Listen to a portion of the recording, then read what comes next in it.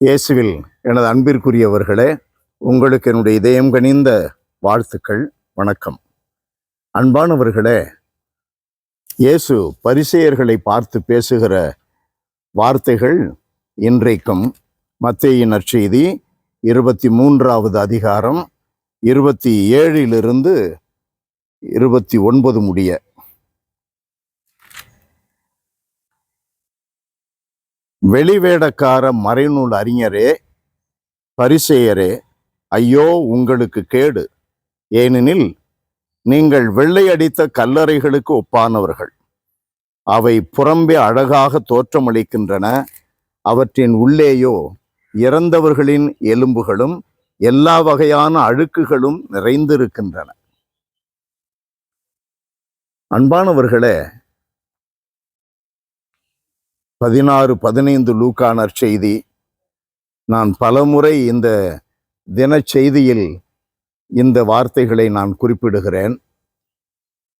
மக்கள் மத்தியில் நீதிமான்கள் என்று உங்களை காட்டிக் கொள்ளுகிறீர்கள், ஆனால் கடவுளோ உங்கள் உள்ளத்தை அறிவார். இந்த வார்த்தைகள் நமக்கு தினம்தோறும் நெருஞ்சி முட்களை போல குத்தி கொண்டே இருக்க வேண்டும். மக்கள் மத்தியில் நாம் நல்லவர்களாக, புனிதர்களாக, மக்கள் மீது ரொம்ப அக்கறை கொண்டவர்களாக நாம் நடித்தால், நடிப்பு எவ்வளவு நேரம் நடிப்பீங்க? வேஷம் களையணும்ல. ஆண்டவர் அந்த நடிப்பை அருவருக்கிறார். இது கடவுள் முன்பாக அருவருப்புக்குரியது. இயேசுவே சொல்லுகிறார். மறைவான வாழ்வோ வெளியரங்கமான வாழ்வோ, நாம் கடவுள் எப்பொழுதும் நம்மை பார்த்து கொண்டிருக்கிறார் என்ற தெய்வ பயத்தோடு நாம் நடக்க வேண்டும்.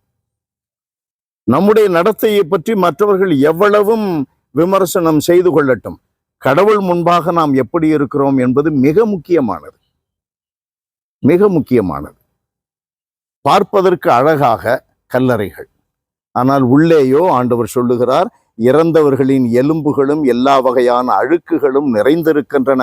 அப்படி ஒரு அசுத்தமான வாழ்வை வாழ்ந்து கொண்டு நாம் எப்படி இயேசுவினுடைய திருப்பலியை செலுத்த முடியும்? இயேசுவினுடைய பாவ அறிக்கையை செய்கின்ற மனிதர்களுக்கு இயேசுவினுடைய மன்னிப்பை பெற்றுத்தர முடியும்? கொஞ்சமாவது நமக்கு அச்சம் வேண்டாமா? கொஞ்சமாவது நம்முடைய உள்ளத்திலே அந்த தெய்வ பயம் வேண்டாமா?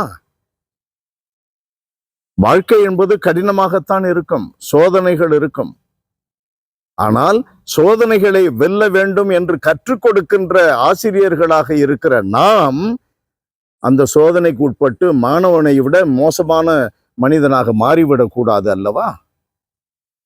ஆகவே ஆண்டவர் இயேசு சொல்லுகிறார், வெளிவேடக்காரரே, நீங்கள் நேர்மையாளரின் நினைவு சின்னங்களை அழகுபடுத்துகிறீர்கள். நேர்மையாளர்கள் யார்? இறைவாக்கினர்கள். நம்முடைய முன்னோர்கள் ஆபிரகாம், மற்ற ஈசாக்கு, யாக்கோபு, மோசே, அவர்களெல்லாம் நேர்மையாளர்கள். யோசுவா நேர்மையாளர்கள். அப்படிப்பட்டவர்களுடைய மரபிலிருந்து வருகின்ற நாம் எவ்வளவு கடவுளுக்கு பயந்தவர்களாக, ஆபிரகாமை பற்றி 4:12 தொடக்க நூலிலே வாசிக்கிறோம். கடவுள் சொன்னவாறே ஆபிரகாம் புறப்பட்டார், சொன்னவாறே புறப்பட்டார். அன்பு நிறைந்த எங்கள் கடவுளே, நீர் எங்களை அழைத்திருக்கிறீர்.